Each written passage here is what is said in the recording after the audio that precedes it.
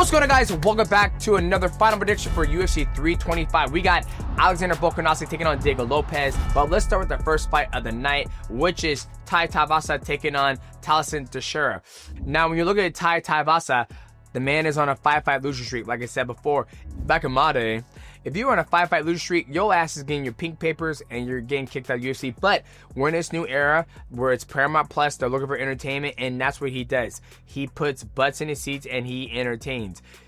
And out of those 5 losses, he's been finished 4 times. So something's got to change. His back is against the wall. He's got to go out there and make a statement and get back in the win column. And then on the flip side, you have Texeira, who's been on, he just lost his recent fight against Derek Lewis, and we just saw Derek Lewis lose against to Acosta. So when you're at this heavyweight division, anything can happen. Anything can happen. But let's talk about what each guy needs to do to win. But I'm gonna tell you what they're probably gonna do in this fight. Don't just look for that one hitter quitter. Don't just, get in the range and throw a big bomb and hoping it's gonna land, right? Because that's what heavyweights do. Be fast, boom, quick jab, boom, jab, leg kick, or boom, jab and a blasted double leg. Don't be your typical heavyweight, right? But I'm gonna tell you what both these guys are gonna do. They're gonna go out there and try to wing and sling and bang these punches, and the first one who connects is gonna get knocked out. So if I had to pick and choose who do I have winning in this fight against Ty versus Texeira, it's going to go with whoever's going to land the biggest shot. But I'm going to have to go with Tuivasa. I think his back is against the wall. I think he's in his home country. I think if he doesn't get this done, I think we can see this man walking away from the sport.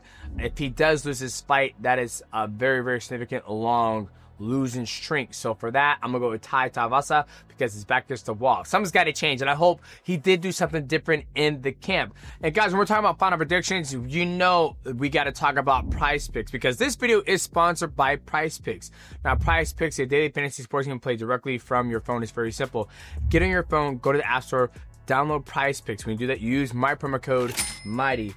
Cool promotion going on right now. New users, you play fighters and you get $50 instantly in your lineup. And guys, when we're looking at it, Seattle Seahawks taking on the New England Patriots. All Drake May has got to do is throw for 1 yard. 1 yard. And that's an easy W, guys. We know Drake May is going to throw for at least 1 yard. You lock that in and you pick maybe from mixed martial arts. You can pick it from the NBA. You can pick it from CSGO, League of Legends. You can pair that with anything you want underneath the board. And when I'm looking at the final prediction for UFC 325, let me tell you what I'm liking right now, okay? Let me tell you what I like. So we got, fight time. Alex Volkanovski taking on Diego Lopes for 22.5 minutes. The last one went all 5 rounds. I feel there might be a finish this time. I think Diego Lopes is going to be able to make some different adjustments. Maybe even Alex Volkanovski is. So 22.5 minutes, I like less with that. 22.5 minutes is a long time for a rematch. So hopefully something get done. Another one, Texeira, 4.5 minutes. Ooh, you're teetering. I like less with that as well. But it's always a good time making the picks at the right place, which is PrizePicks. So shout out to PrizePicks for sponsoring this video. Now let us get back to the final predictions for UFC 325. Now let's move on to the next fight. Fiziev taking on Marcio Ruffy. Now, this is probably going to be the fight of the night because you have 2 dynamic strikers in both these athletes. Marcio Ruffy, he's very, very dynamic, very explosive, always looking at angles. He suffered 1 loss, but I think that was just something for him to learn and grow. We just saw his recent teammate, Gene Silva. He just got a W over Arnold Allen. And then when you look at Rafael Fiziev, we saw him recently. He just fought Justin Gaethje, came up short, but back and forth fight. And then he just got a big win over Bahamundes. But let's look at the keys to victory for both these guys. When you look at Marcio Ruffy, key to victory number 1 for him is he's got to continue to be dynamic. You've seen him do some training footage with Israel Adesanya where he does the jumping scissors leg sweeps.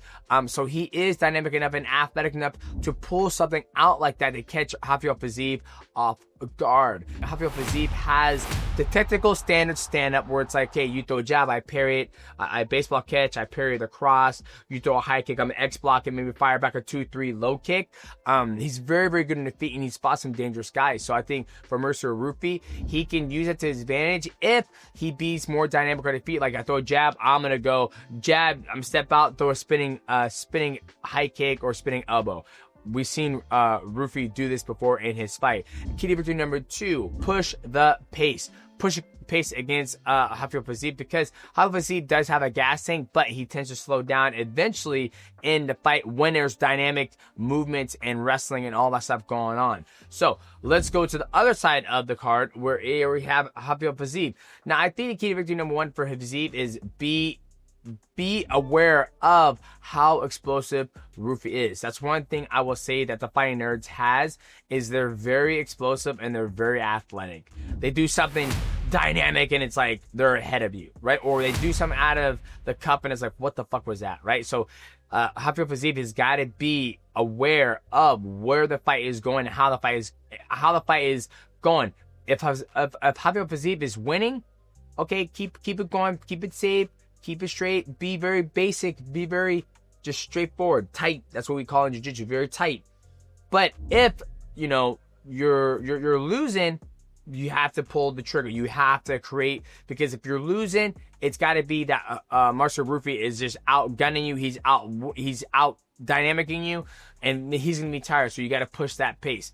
Key to victory number 2, try to force the fight to the ground.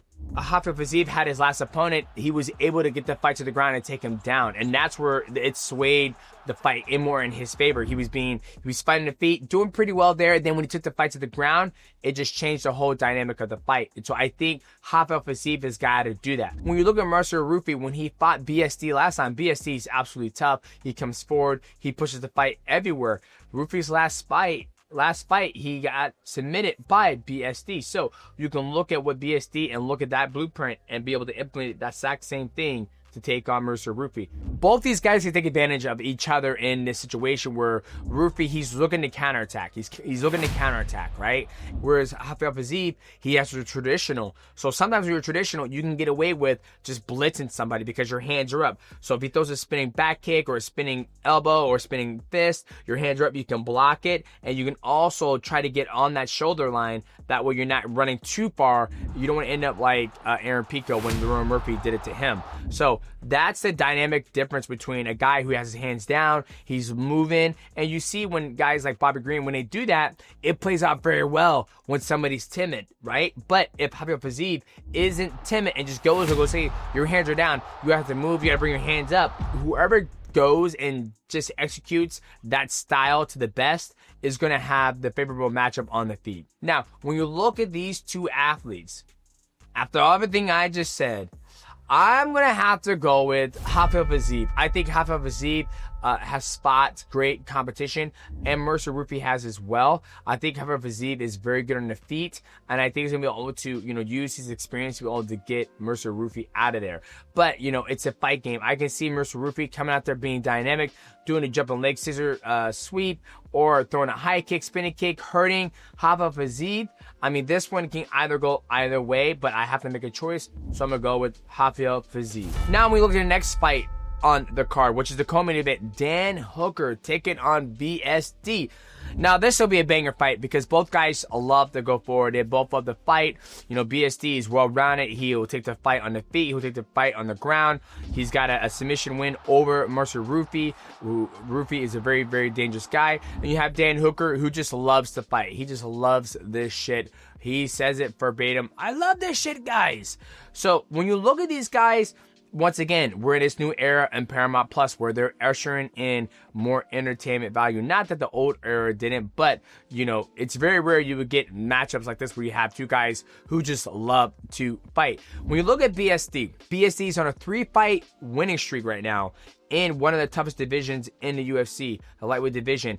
He keeps his pace, he gets his opponents down, and out of those 3 wins, he's got 2 submission victories. And when you look at what BSD did in his last fight against Ruffy, he was able to push the pace, get on him. I think he had like 10 takedown attempts in a 2-round fight, and he ended up getting the fight down the ground and submitted him. He did the same thing to Dan Hooker. When you look at what Dan Hooker fought Arman Tsarukyan, he got right on him. Even though Arman was, piecing Dan Hooker up on the feet, but he was able to take him down and pass his guard and submit him with the arm triangle, where I believe BSD has that ability inside of him to take advantage over Dan Hooker. Is he as, explosive as Arman Tsarukyan? No, but I do believe he has that pressure that he puts on his opponents and just waiting in and throwing overhand rights to try to land on Dan Hooker.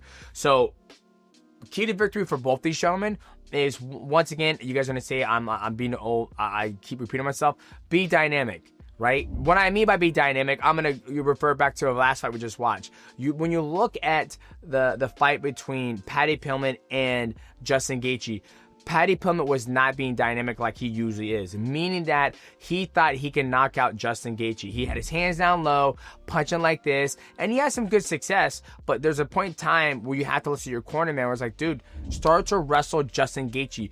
You clearly have a clear advantage on the ground that I feel he did, and I'm sure his corner did, that he needs to get the fight there because he's not winning there, meaning that you have to be dynamic. Where Justin Gaethje didn't have to be dynamic. Justin Gaethje could just wait in, do his fucking hands and overhand right like this. His right hands aren't like this. It's not straight. It's more like this. He's throwing this. He goes in. He's just winging, right? But bringing it back to context is that Dan Hooker and BSD, they need to be dynamic, right? Like, if they want to be able to excel over the other athlete, they have to be more dynamic. They can't just go out there with slinging and banging. And I think BSD has that in his repertoire, where Dan Hooker tends to like stay on his feet, use his kickboxing background, and look for that high knee. So with all that being said, I'm going to have to go with BSD. I think BSD is going to be more dynamic. I think he's not going to be scared to get the fight to the ground. I think if he does get the fight to the ground, I think he's going to be able to pass his guard, look to submit him with the arm triangle, or get his back with a body triangle, and then look for a rear naked choke. So for that, I'm going to go with BSD. Now we're going to get to the main event of the evening. Volkanovski taking on Diego Lopes. Now, these guys have fought before, and I do believe, I know you guys only want to hear this, but I do believe this is Alexander Volkanovski's last fight. We're going to see him inside the octagon.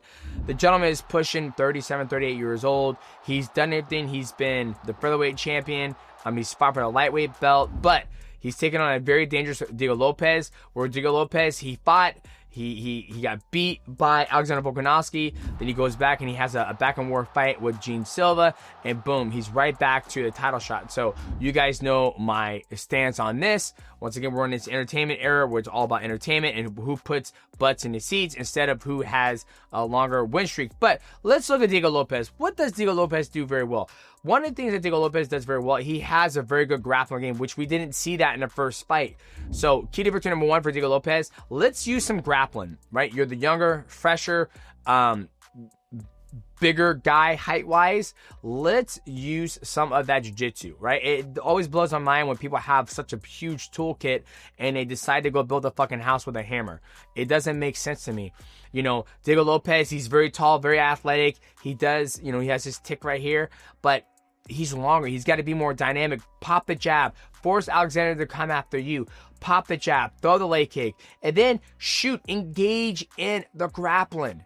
Right? Are you worried that he's going to take you down? I'm not sure. But for me, I would say key to victory number 1, we got to get Alexander Volkanovski on his back. We just have to. The last time he would walk up to, from my memory serves me right, he would walk up to the void and allow Alexander Volkanovski to dictate the pace. Alexander Volkanovski would throw the jab, move away from his power side, throw the jab, come back at him with the right hand. He just felt like he wasn't firing on all cylinders on his feet. Even though he did drop Alexander Volkanovski in the one of their barrage of flurries that they're going through, but it wasn't a boom, I caught you slipping, right? Be more dynamic on the feet. Throw caution to the wind, try to take out a legend, get that legend under your resume, so that should put some fire underneath your ass. Okay, now let's go to Alexander Volkanovski. Key to victory number 1, go back and look at the fucking tape that you did the first time when you fought Diego Lopes. A lot of athletes don't realize, like, you don't get better by being consistent at fighting. You get better when you take time off from fighting. And I feel like Diego Lopes hasn't taken enough time off to sit back and be, okay, what did I do wrong? Right? Okay, let me develop a style where I'm actually moving and pop, pop, and moving on the feet. Maybe he did, but for me and for my training, like when we sit back and I watch people, I feel the more time you take between fights, the better you're going to be. My personal opinion. For Key to Victory 1, I will go back and look at the tape. I'm sure Alexander Volkanovski did because he's very intelligent. I will basically model the blueprint off of that because I don't think Diego Lopes could change in that time frame. Like when I look at the fights, it's been literally a year since they fought. And then his last fight was September 13th, 2025. 4 months in between those fights that he's been able to get better. So maybe he has, but I just don't feel like he hasn't. So I would have gone back and watched the first one and model a blueprint after that. Key to Victory number 2, use your intelligence and make adjustment during the fight, which Alexander Volkanovski always does. You go back and look at his fight with Max Holloway, Brian Ortega, Korean Zombie, Yair Rodriguez. Alexander Volkanovski is a legend in this game, and he's been able to beat so many high caliber guys. There's time when he was fighting Brian Ortega, he was getting beat and he got in trouble in that fight, and he was able to make adjustments and still get the victory. He's always good about adjusting, and it's his IQ that gets through. So key to victory number 2, use that IQ to get you through this fight. You know, when somebody's done and accomplished so many things in a sport of mixed martial arts, I think he's done everything, and I think for him, this is his sending off party, especially being in Australia. He's going to have his wife there. He's going to have his family there. I think it's only finished. So key to number 3, enjoy the last walk. And, if it isn't your last walk, then I'll do another final prediction breakdown and give him another key to victory. So, guys, with all that being said, who do I have winning this fight? Now, last time I picked Diego Lopes to beat him because I thought Diego Lopes was going to be able to hurt him, take him down, and get his back and submit him. But I was wrong. And for that, I'm going to go with Alexander Volkanovski. I think Alexander Volkanovski is just way... The only thing Alexander Volkanovski doesn't have over Diego Lopes, he doesn't have age. I think he has experience. I think he has the skill set. I think he has a technique. The only thing that Diego Lopes has over him, 2 things he has over him, is 1, the grappling ability. Meaning that Diego Lopes has done a lot of grapple competition. He's actually won them. Alexander Volkanovski does have the great savior of jiu-jitsu, Craig Jonesy. But I just feel that Diego Lopes might not take him there. I don't know. But for that, I'm going to go with Alexander Volkanovski. But once again, you're fucking making predictions. I think the only thing that Diego Lopes has over him is the youth and the grappling ability, which is 2 things. But Alexander Volkanovski does have the great savior of jiu-jitsu, Craig Jonesy, in his corner. But that didn't really help out JDM. So, we'll see. But let me know down in the comment section down below if you guys think I got it right. I know UFC 324, I took a lot of L's. I'm hoping this time we do a lot of W's. So we'll see. So leave a comment, like, subscribe, and we'll be here Saturday night, and we'll do an instant reaction after the fight. So lock in. We'll see you guys in the next video. Peace.